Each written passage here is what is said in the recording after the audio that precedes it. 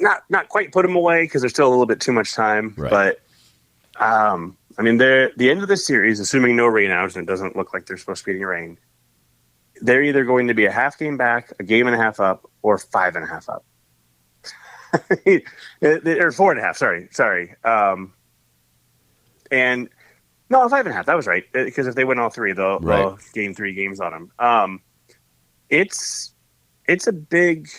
a really big series. I mean, I don't think that can be overstated, because if you have an opportunity to put your closest competitor 5.5 back with, what do they have left to play? They're 63-50, so it'll be 46 games. If they're 5.5 back with 46 games, yes, it can be overcome. But there comes a point in the schedule, but we're not to yet, but we're every day getting closer, obviously, that the calendar plays as much of a role as the games back.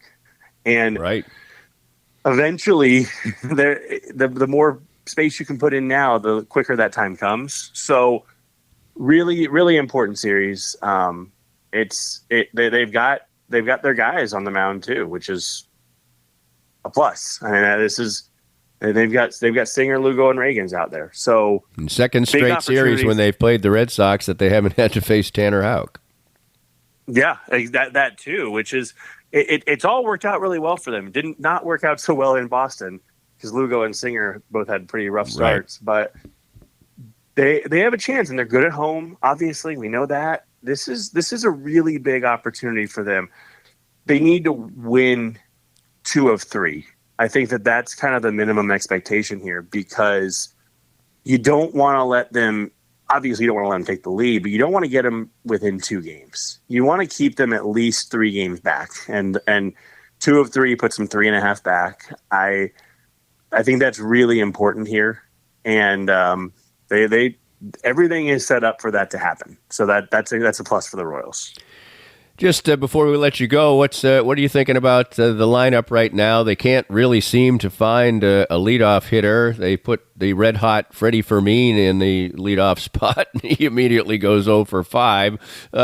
So they just can't seem to find that, but a lot of the other pieces are picking it up, be it Melendez, obviously, with big hits, but Pasquantino's going good now, and Hunter Renfroe, who had a bad time of it in right field the other day, but it's not his fault that he's not as fast as some right fielders, but, how close did he come to 3 balls out there in the outfield? But he's hit the ball well for quite a long time now. Isbell's just not going to hit. I think we can, pretty much get ourselves into that mode. But you got to feel better about the way the lineup's looking right now, even though they really added only a peripheral bat in DeYoung. Yeah, well, but that helped, I think, a little bit, because they'd struggled so much against lefties that you're watching. It's either Adam Frazier or Michael Massey in there against lefties generally, right? And now that's not the case, which I think it was a sneaky good move, right? It's funny too, because since they've acquired him, they've been up against lefty starters. Yesterday they thought they were going to see a lefty for bulk innings earlier than they did, so they kind of put a right-handed heavy lineup out there. And then tonight they're facing James Paxton. So it kind of looks like DeYoung is an everyday player, even though I don't think that's the case. I think he's going to be used a lot of the way that Frazier has been used, but, really to be a lefty killer. And so that helps lengthen the lineup a little bit. Yeah, I think that 2 through 8, you feel really good about. It sounds weird to say, I don't care what Kyle Isbell does offensively, as long as it's not. Well, as long as it doesn't matter nearly as much when 2 through 8 are okay. Right, exactly. That's just it. He plays such good defense, and Isbell, as much as he's not a good hitter, he has moments too. So it's not like Tony Pena Jr. down there. I mean, you've got a guy who at least he's going to hit you an occasional home run. He'll hit the ball hard. He can lift the ball for a sacrifice fly. He can put a bunt down. Like, he can do some things at least in that spot. Just, it's kind of bizarre what's happened in the leadoff spot. I don't know what the answer is at this point. I don't think they really have one. No, and I think they tried to get one, but the trade market, we haven't talked since the deadline either, but the market was so weird. I mean, the Angels didn't do anything except for trade off 2 pending free agents. That's malpractice. I mean, and Lane Thomas, who people loved in left field, he brought back a pretty big haul for a guy who really doesn't hit righties. I mean, it was just a spot a tough spot they were in. And so, they're going to try to find something. I wouldn't be surprised if we see Fermin leading off tonight. I wouldn't be surprised if we see Hunter Renfroe leading off tonight. So Matt Quatrero is just going to keep throwing darts. And eventually, he hopes that one will hit, but I don't know if it will. Well, it should be fun. It's fun baseball. It's at home. It's good hot summer weather against a premium team in the Boston Red Sox. There should be a lot of fun over the next 3 days. Always fun with you, David. Thanks for taking the time.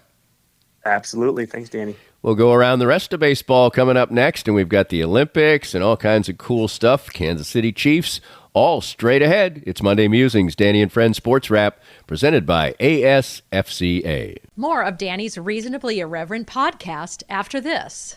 We're here at the 23rd Street Brewery with Matt Llewellyn. And Matt, basketball's over, football's still a few months away, but there's always fun to be had at the 23rd Street Brewery. Absolutely. We've always got something going on here. The games are always going on. It's a great place to come enjoy everything out on the patio. Beautiful scenery out there. Great beer. I've got a great brewer, great food. It's always fun here at the brewery. And the atmosphere is great and friendly and warm, too. We always want to make sure you're a lot happier when you leave than you were when you came in. Always fun here at the 23rd Street Brewery at 23rd and Castle. Make sure to come by when you're in Lawrence. Cinematic Visions has been an affordable solution for professional media production in Kansas City since 2003, offering award-winning video production and creation, as well as a wide array of digital and social media management services. From planning, scripting, filming, editing, and post-production, to delivering your product to a watching world, Cinematic Visions will provide professional and affordable services for you and your business with the necessary return on investment to make it all worthwhile. Cinematic Vision's goal is to unlock the power of storytelling through video and a strong online presence for your company. Beyond the numbers, they want to inspire and evoke your clients to feel and act. Let my friends at Cinematic Visions embed your brand where it belongs, in your customers' minds. You can find them online at cinematicvisions.com or with a quick phone call at 816-600-6300. If you'd like to join these and other fine sponsors and market your business on Kansas City's #1 rated podcast, contact us at Danny@DannyKlinkscale.com. Look forward to working with you. Welcome back. Our thanks to David Lesky with our always entertaining and informative visit from the guy from inside the crown. And now let's talk about the rest of baseball. And of course, the Royals are so involved in this early in the season. You're like, well, let's check. And I've done this for a couple of years now.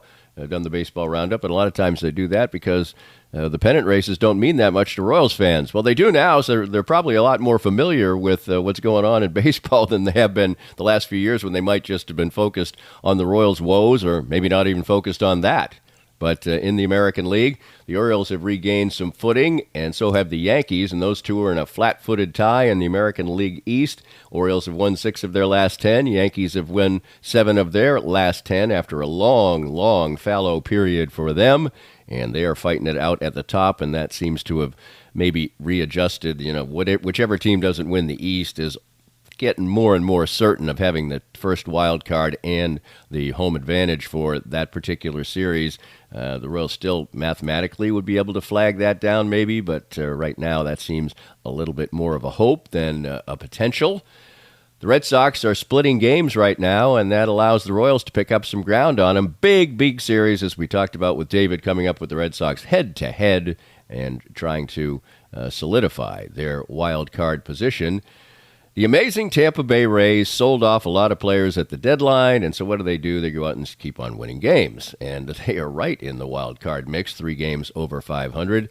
And the Blue Jays did some unloading, and that probably was a good idea because they just have never gotten any traction this year. 10 games under 500 and 15 and a half games out in the American League East.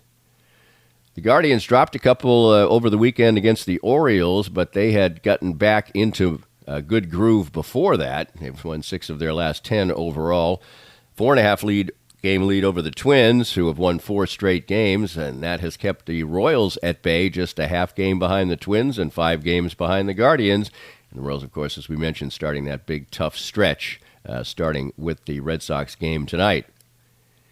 Tigers did some trading at the deadline. They looked like they had their toe dipped in the water. They seemed a little bit dispirited over the weekend, perhaps, and they've kind of fallen out of things now, 7 games under 500. And the White Sox are trying to make history, and they keep on losing, and they are challenging the New York Mets in their epic season of 1962, and they are now challenging, the White Sox, the all-time Major League record for consecutive losses. They could tie that in their next game, and they could break it after that. They've lost 20 games in a row. They now have a .237 winning percentage. The Mets, of course, were at .250 in their horrible season. And the White Sox not only lose, they look like they're going to lose every night and easily. Probably their best baseball of this whole losing stretch was some pretty feisty games against the Royals, but the Royals would end up beating them. And the White Sox making the wrong kind of history right now. Seattle Mariners out west had a pretty long slump of their own, but they're back in first place ahead of the Astros, so that means the Astros are the team in the west that's chasing the wild card, and they are now a healthy 4 games back of the wild card behind the Royals, and they need themselves another run. They looked like they were going to make it a foregone conclusion that they had righted the ship and were going to get themselves back into playoff contention. Not the case. Same with the Rangers. They looked like they were nosing themselves back into things, but they've dropped 7 of their last 10, and they're pretty much out of it now. Not completely, but 6 games under 500. Angels and Athletics bringing up the rear. In the National League, the Philadelphia Phillies have all of a sudden hit a big slump. Well, they can afford it, though. They've lost 8 of their last 10 and are struggling big time. That puts them in worse position as far as overall seeding in the postseason, but still 6 games up on the Atlanta Braves in the National League East. And the Braves lost a couple over the weekend, but had been hot before that, but still they're more maneuvering in wild card position than anything else. Mets have flattened out at 5-5 in their last 10, but extended good play has them in wild card position. The Nationals are finally fading away, and the Miami Marlins have just had a bad season, period. And we always talk about the Brewers and their consistency. Well, not so much right now. Lost 6 of their last 10, but they've still got a healthy lead on the Cardinals, who've cooled off. They've lost 6 of their last 10 and close in wild card position as far as the National League is concerned. That National League third wild card is going to be just a handful of games over 500, it looks like. And the Pirates are 1 game over 500. The Cubs are making a little bit of a surge, but they're 4 games under 500. And the Reds, probably one of baseball's biggest disappointments, as they're now 5 games under 500. And they just, despite that cadre of young talent, they have been able to translate that into extended good play. Out west, the Dodgers just are a roller coaster team. They're basically a 500 team in their last 60 games or so. That's still good for a 4.5 game lead over the Padres, but the Padres are rocking and rolling right now. Their pitching is great. They've got themselves a stacked bullpen, kind of Royal-esque 2015. They acquired some arms for their bullpen at the trade deadline, and they already had a good bullpen, and they've lost 8 of their last 10, won 8 of their last 10, as have the Diamondbacks, who have been hot for quite a while at 60 and 52. The Giants just sort of keep hanging around. They're a game under 500, and they've gotten warm again, winning 7 of their last 10.